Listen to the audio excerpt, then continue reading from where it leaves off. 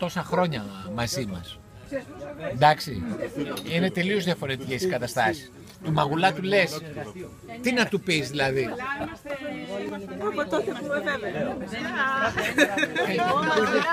Συνέχισε εσύ. Αλλά πόσο τι λες. Τι? Όχι, τραβάς μια σφαλιάρα. Και τελειώνει, αρχαία μου σε βλέπει κανείς. Και του Νικολάου Σφαλιάρα σε τραβάει. Πάλι να μην σε βλέπει κανείς. Ο άλλος είναι 30 χρόνια. Ο Μαγουλάς ούτε ξέρει το πνεύμα μεταξύ μας, ούτε ξέρει. Αυτό καμιά φορά του λέω και στον κύριο Νικολάου να το ξέρουμε λόγω. Σαντίζεται, άμα του λες 30 χρόνια. Όταν του λες, Για 30 χρόνια. 30 χρόνια.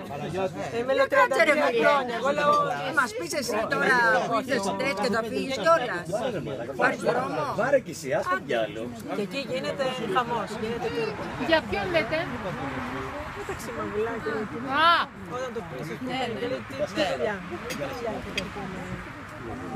Τον κύριο Νικολάου, δεν ξέρουμε τόσα χρόνια. Που δεν είμαι μέσα εκεί. Που δεν είμαι μέσα εκεί. Εμείς ήμασταν πολύ Ήμουν νέοι. αυτά τα χρόνια που ήμουν.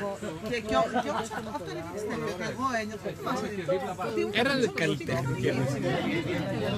Ευχαριστούμε όλο το βίντεο.